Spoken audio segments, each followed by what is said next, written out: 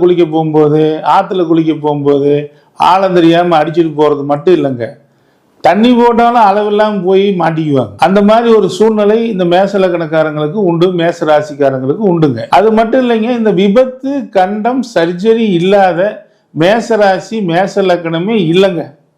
இவங்க லைஃப்ல ஒரு விபத்து சந்திப்பாங்க, அல்லது விபத்து பண்ணுவாங்க, சர்ஜரி பண்ணுவாங்க, இல்லைன்னா ஒரு நோயினால மருந்து ரெகுலராக சாப்பிட வேண்டியது இருந்திருக்கும்.